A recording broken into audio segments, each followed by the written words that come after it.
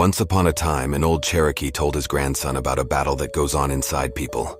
He said, "My son, the battle is between two wolves inside us all. One is evil. It is anger, envy, jealousy, sorrow, regret, greed, arrogance, self-pity, guilt, resentment, inferiority, lies, false pride, superiority, and ego. The other is good. It is joy, peace, love, hope, serenity, humility, kindness, benevolence, empathy, generosity, truth, compassion, and faith." The grandson thought about it for a moment and then asked his grandfather, "Which wolf wins?" The old Cherokee simply replied, "The one you feed." This story beautifully illustrates the power of choice and self-awareness in personal growth. It reminds us that we have the ability to nurture positive qualities within ourselves, even amidst life's challenges and temptations. If you aren't following Nafli Nazir, you'll probably never see us again. If you're, congratulations, you're on the path.